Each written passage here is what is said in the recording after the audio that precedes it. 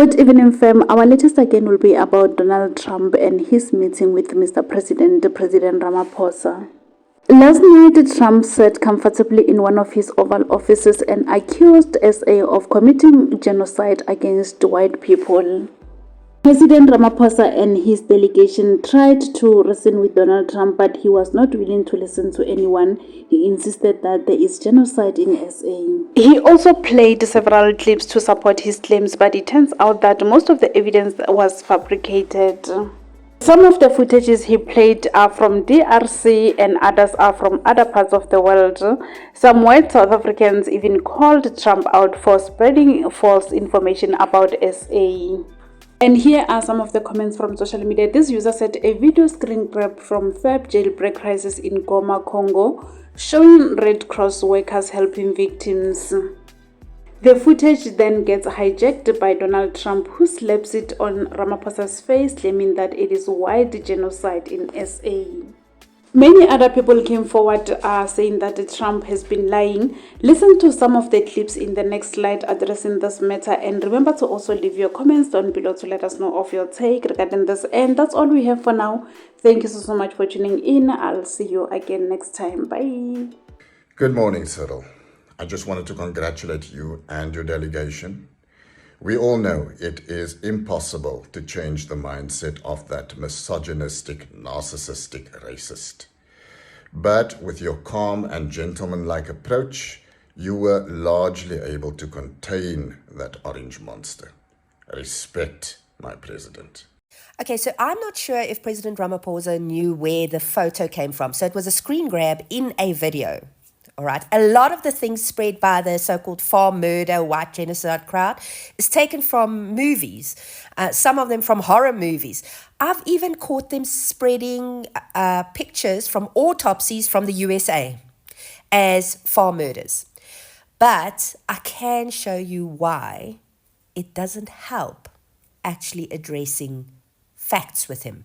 If his lackeys or this guy told him something, that's his truth, okay? But let me show you what happens when you try and convince him he's wrong. He said, do you want me to show you the picture? I saw the picture. And you think it was Photoshop? Well, here we go. Don't Photoshop it. Go look at his hand. He had MS-13. He did have tattoos that can be interpreted that way. I'm not an expert on them. I want to turn to Ukraine. No, I want to get to Ukraine. No. He had MS as clear as you can be, not interpreted. This is why people no longer believe the news, because when it's he was fake photographed news. in El Salvador, they aren't there.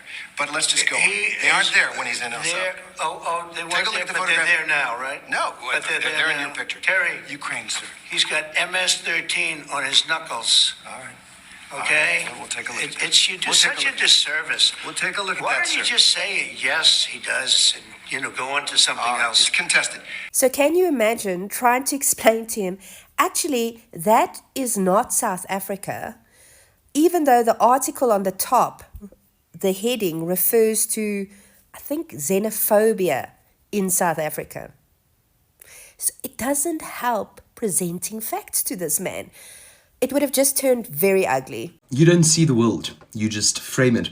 Was apartheid God's will or just good PR? It depends on who you're asking and why they believe it. Every political belief, every war, every genocide starts with a frame. Americans don't call it invasion, they call it protecting democracy.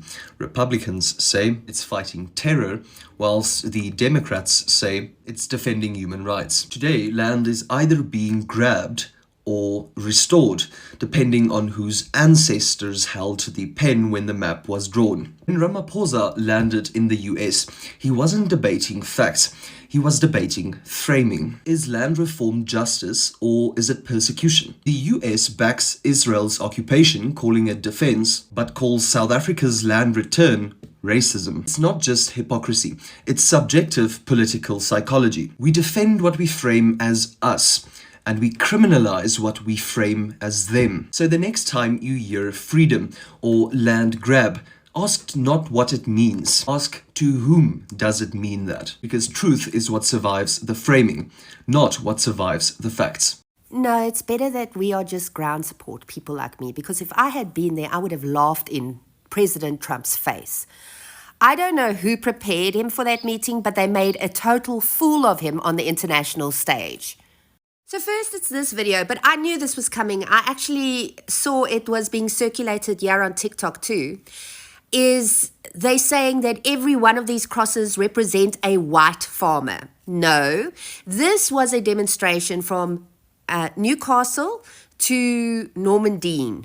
Okay, so in August 2020, the Rafferty couple, Glenn and Vida Rafferty, came home and they obviously interrupted a robbery and both of them got shot by the robbers. They were also arrested and also convicted very fast.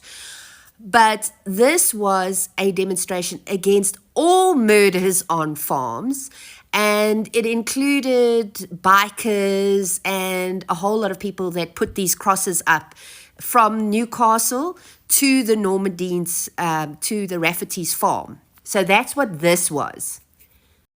Trump thought it was burial grounds for white farmers. Then it's this.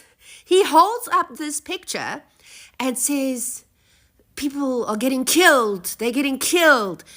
Yes, in this picture, people were killed.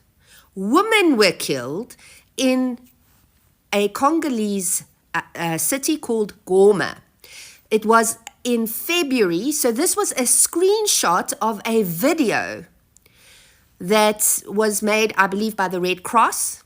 And there was a prison break in February and a whole lot of women got raped and murdered. And yeah, the Red Cross is dealing with the aftermath of that situation. So like I said, I don't know who prepared him for this meeting, but he made a total fool of himself.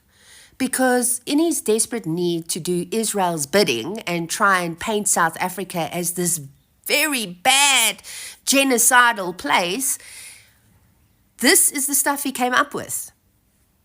So yes, I would have just burst out laughing. But the crime is bad. The crime is terrible, sir, but Mr. Steenhuisen won't admit to it, but he runs the Western Cape where I live. And the biggest murder rate is in the Cape Flats. Gangs. We've got gang warfare. So I've seen a lot of takes around this, but personally where I stand on this, the first myth that I need to dispel is that we were summoned to President Trump's office. No, President Ramaphosa phoned him. President Trump then said, yes, let's set up a meeting, but he also insisted that 3 golfers come with. Gary Player, Retief Goosen, and Ernie Els. Gary Player declined because he's getting on in age, but Retief Goosen and Ernie Els were there. I personally think the golfers should have just in the meeting because, when Retief Goosen thanked America for helping against the war against Angola, I was like, you thanking America for helping the National Party? Weird. But yeah, so I don't think they added much value. And we must just remember there's trade relationships. I have a problem if we are getting the short end of the stick in trade relationships, if we're going like beggars on the back foot. But I don't think that South Africa is a beggar to any country.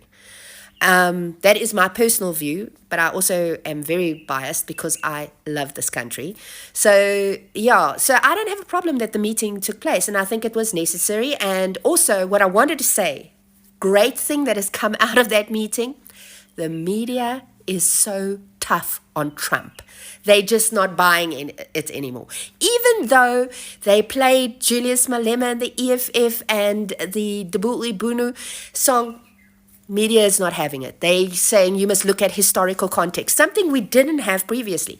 Also, now that a lot of the stuff he was showing was just absolute rubbish, as evidence of genocide, that also was, it's now being debunked in the media. And I think that is a good thing. I also think it's a good thing that it happened, that the USA public can see it. And yes, those that watch Fox and those MAGAs, they'll always stay the same. They're not bright. But I think it is a good thing. I think we won. in this case. A lot of us say we'll handle it differently, and I hear people, they should have said and be more straightforward about no genocide and everything. People need to watch Trump and what he does when he's opposed with facts. It would have been very ugly. This was about placating. This was about going there, sitting there, having a conversation. As I say, I would have just told the golfers they must just keep quiet in the meeting. But yeah, that is my view. You cannot discover a place that already has people living there. To the guy who said Africa was discovered by Europeans, let me teach you something. You don't discover a place where millions of people already lived, traded, built kingdoms, and developed complex systems long before Europeans touched African soil. When Vasco da Gama arrived in 1497, he didn't find wilderness. He found cities, he found the Swahili coast, Kilwa, Mombasa, Mapungubwe, civilizations trading with India and China centuries earlier. Only thing Europe discovered was its own greed. You didn't discover Africa. You invaded it. You renamed it. You redrew the borders. You enslaved and colonized. That doesn't sound like discovery. It sounds like theft. Why do we still believe this lie? Because history is taught from the perspective of the thief, not the victim. And that is why your textbooks lie.